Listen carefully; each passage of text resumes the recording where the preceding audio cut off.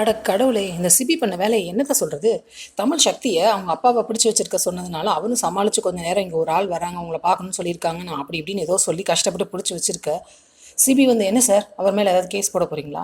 எதுக்காக பிடிச்சு வச்சிருக்கீங்க? அவர் உங்களுக்கு தெரியாதுல்ல. அப்புறம் ஏன் நீங்க அவர போய் பிடிச்சு வச்சுட்டுருக்கீங்க? நான் ஐஜிய பார்ப்பேனாக்கும், கமிஷனர் பார்ப்பேனாக்கும், அப்படி இப்படின்னு சொல்லி செல்வரத்னத்த வீட்டுக்கு போக சொல்ட்டாரு. கஷ்டப்பட்டு பிடிச்சு வச்சிருந்தாரு சக்தி. இனிமேல் எங்க போய் அவர பிடிக்கிறது? தமிழ் வந்து கேட்குறாங்க, என்ன சக்தி அப்பாவை காணோம் அப்படின்னு.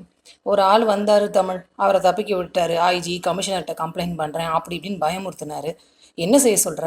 சரி எப்படினாலும் அவர் இந்த ஏரியாவில் தான் இருப்பார், என்ன நடந்து தான் வந்திருந்தாரு.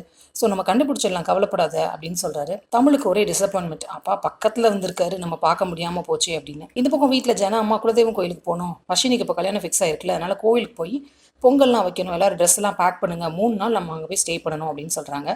தமிழ், நீ உங்கள் அம்மாவையும் உன் தங்கச்சிங்களையெல்லாம் கூப்பிட்டு வந்துரு அப்படின்னு சொல்ல, தமிழ் அவங்களாம் எதுக்கு ஜனாமா அப்படின்னு கேட்க, இங்கே பாரு தமிழ், இதுதான் உனக்கும் குலதெய்வம், நீங்கள் தான் எங்களுக்கு முதல் சம்பந்தி, அப்போ உங்கள் வீட்டுக்கு கொடுக்க வேண்டிய மரியாதையை நம்ம கொடுக்கணும்ல, அதனால அவங்களையும் கூப்பிட்டு வந்துரு அப்படின்னு சொல்ல, தமிழ் யோசிச்சுட்டே இருக்காங்க. உடனே புரிஞ்சுக்கிட்ட பிரகாஷ், அப்போ அம்மாவையும் வர சொல்லணுமா அப்படின்னு சொல்ல, அவ இதுக்கு வரணும், உனக்கு எப்படி தான் உன் தங்கச்சி பாசம் அப்படி வருது எனக்கு புரியவே இல்லை, இவ்வளோ நடந்திருக்கு, உனக்கு இப்போவும் ஏன் அவன் மேலே அவ்வளோ பாசம் அப்படின்னு சொல்கிறாங்க.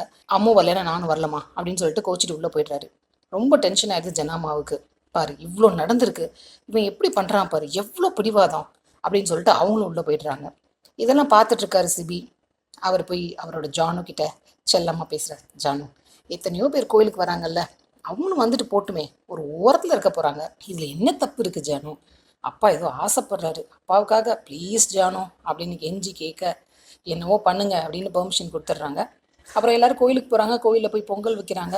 மீனாவை அமுதா ஏற்றி விடுறாங்க. இங்கே பாரு, இந்த மாமியார் மருமகள் வைக்கிற பொங்கலில் நீ தான் ஜெயிக்கணும், அவள் ஜெயிச்சிடக்கூடாது, நீ ஜெயிச்சாதான் ஓ ஆட்சி அப்படின்னு சொல்ல, இந்த பக்கம் தேன்மொழி தமிழ்கிட்ட, அக்கா என்னதான் அவங்க நம்ம சொந்த அத்தையாக இருந்தாலும் நீ தான் ஜெயிக்கணும் அப்படின்னு சொல்கிறாங்க. பொங்கல் வைக்கிறாங்க. 2 பேருக்கும் பொங்கல் பொங்கிட்டு வருது. நான் தமிழுக்கு தான் முதல்ல பொங்குற மாதிரி வருது. உன்னை டக்குன்னு தமிழ் 2 விறக உருவி விட்டுறாங்க. என்ன தமிழ் பொங்குற மாதிரி வருது, நீ என்ன இப்படி பண்ணுற அப்படின்னு சிபி கேட்குறாரு. கொஞ்சம் சும்மா இருங்க அப்படின்னு சொல்ல, அந்த பக்கம் மீனாவோட பொங்கல் பொங்கிடுது. சிபிக்கு இப்போ தான் புரிஞ்சிருச்சு தமிழ் எதுக்காக அப்படி பண்ணாங்கன்னு. உடனே பிரகாஷ் வந்து சந்தோஷமா, தமிழ் இங்கே பாரு என் பொண்டாட்டி ஜெயிச்சிட்டா அப்படின்னு சொல்ல, மாமா நீங்கள் தான் பயங்கர சப்போர்ட் பண்ணுறீங்களே, அப்புறம் அத்தை தானே ஜெயிப்பாங்க அப்படின்னு சொல்ல, உடனே உனக்கும் தான் உன் புருஷன் சப்போர்ட் பண்ணா, ஏன் என்னை பார்த்து பொறாமப்படுற அப்படின்னு மீனா நக்கல் அடிக்க ஜாலியாக போகுது. ஆனால் ஜெயாவை தான் இன்னும் காணோம். அவங்க வந்து ஒரு வேளை இசை அவங்க கிட்டே போய் அம்மான்னு நின்னா ஜனாம்மா கண்டுபிடிச்சிடுவாங்களோ?